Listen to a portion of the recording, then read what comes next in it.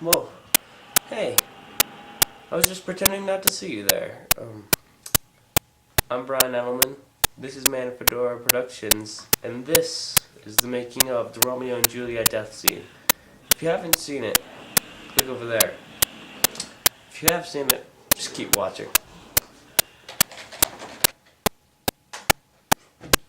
So, who put the camera back here? So, the writing of the Romeo and Juliet death scene was actually pretty difficult. I thought it might be pretty easy considering that I just kind of took it from the original text, but it was difficult to actually find the original text. And when I did, I had to edit it down to very little. So, it was a little difficult to find. But once I finally had that all done, after about 3 days, I was ready to start the next step, which was finding the location. Okay, so the next part, which was finding locations, I spent about 3 days going all around this little town that we have here, and in the end, let me just show you. In the end, I just opened this door right here, and bam, I had my location. Yes, this is my garage. So, I feel like I wasted a lot of time looking for locations. Yeah. Now the next part, which was finding my actors, was actually fairly simple. First I way overthought it. I was thinking, okay, where can I find them? I went to different places just to see if I could find anyone that looked the part. But what happened in the end when I was running out of time, I went to school and it just went a little something like this. Hey, anyone want to be in my movie? And then Kara was all like, oh, I'll do it. And then Cody was all like, I'll do it if I'm getting paid for it. And that is how I got my actors. So, after that, the next part.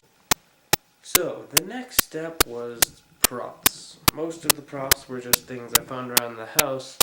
For example, the little vial that you see is actually a salt shaker that is emptied out and water with food coloring is put into it, which give it a nice thing. And yes, the knife is real, and yes, it is sharp.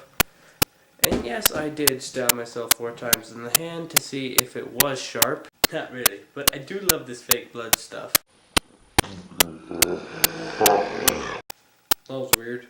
But that was another prop used in my movie, even though you have to look absurdly close to see it. When you see Juliet's hand land on top of Romeo's, you can see a little blood trickle down, which didn't work at all. In that last shot of the movie, when it got all white and you couldn't really tell what that was, yeah, that was my hand covered in blood, and I just felt like flashing it on the camera really quick. The last prop of the movie was definitely the hardest. It was the torch. We went through about 25, I think, was the final count. It's amazing, over about 2 or 3 hours, how long the torch will last. It's not long, just to let you know, in case you ever happen to be filming something and you need to make a homemade torch. So, we just finished all that, and then we were down to the last step, which was final preparation before filming, which basically just meant moving the stuff to the side of the garage and making the deathbed, which I had my friend Greg come over. He did all the lighting, and I'll show you how we made it exactly. Here, this way. like doing that. It's like teleporting. Watch this.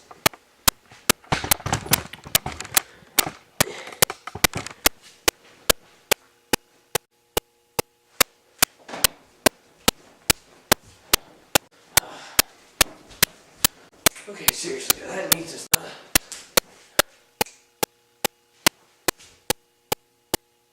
It didn't do it that time. Okay, so, the deathbed. This is how it's put together. I will do this in slightly stop motion. That's what I call this segment right here, as of now.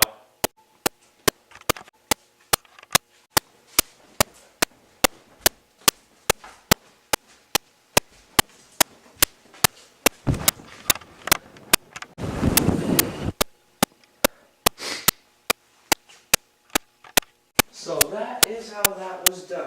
And so, at this point, we took a sheet and we laid it over it. And then we took a pillow and we wrapped that in the pillowcase and put it right on top. And that is how we made the deathbed. And this is actually a counter from our kitchen. So, should probably go put it back. It's a good idea. Filming was the filming. So we did have a few little problems, such as the torches kept going out, Romeo showed up wearing jeans, and a few other problems. But one of the major problems apparently was the fact that the floor is too cold to lay your head on for about 30 minutes. So, actually, if you pause the video at 1:56, you can see how we solved this problem. And how we did that was we put a napkin on the side of his head so that it wouldn't be as cold. Yeah. But other than that, it actually went pretty smoothly. Everything worked pretty well. The lines were delivered fine. Why do I keep changing locations so much? It's weird. Anyway, on to the very final step, which was editing. I actually kind of like editing. There were only a few problems that I ran into. For one, the lighting.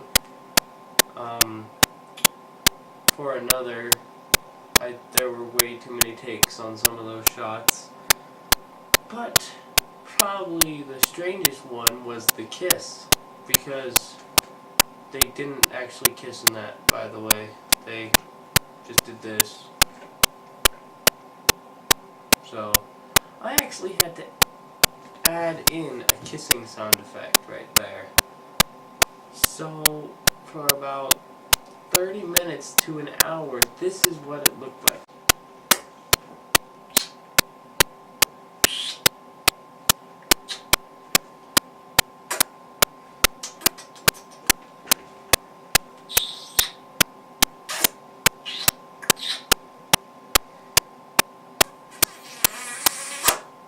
I was actually really tired that night. I have no idea how I stayed up so late.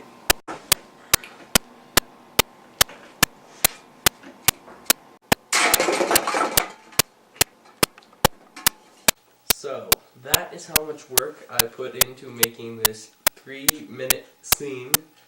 About 40 hours of work, actually. Special thanks to all the people that helped out on this movie. And, yeah, get ready for my next movie, which is called Obscurity. Not sure when it's going to be coming out exactly, but it's gonna be good. Look out. I'm Brian Edelman, this man in Fordora Productions, saying good night.